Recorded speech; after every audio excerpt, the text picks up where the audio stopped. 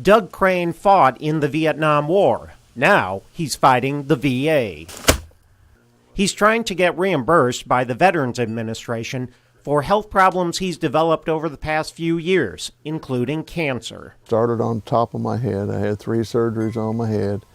Since he spent 18 months at an Air Force base in Thailand, a neighboring country to Vietnam. Basal cell is not supposed to move, but it moved into my neck, into my lymph nodes.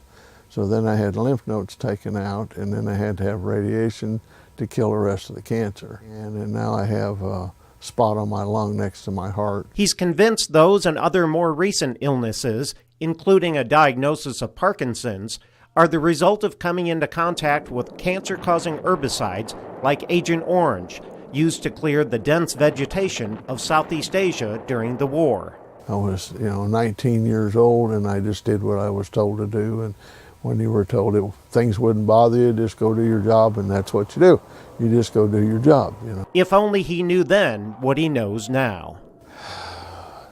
I try to not get depressed over it. I do a lot of praying. I spend a lot of time praying about it. What frustrates you the most as far as veterans dealing with the VA? Is how hard they have to work for it.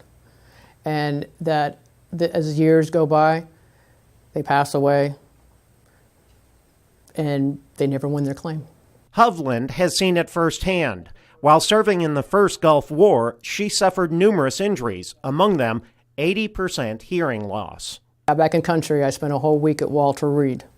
And when I filed for my disability, I was denied for my hearing disability because I was told that too many World War II veterans have worse hearing than I do. Determined to help change the system from within, she started working for the VA office in Fayetteville until she says she was fired for blowing the whistle on the increasing number of veteran suicides. And I was tired of vets taking their life, so I went to the congressman's office.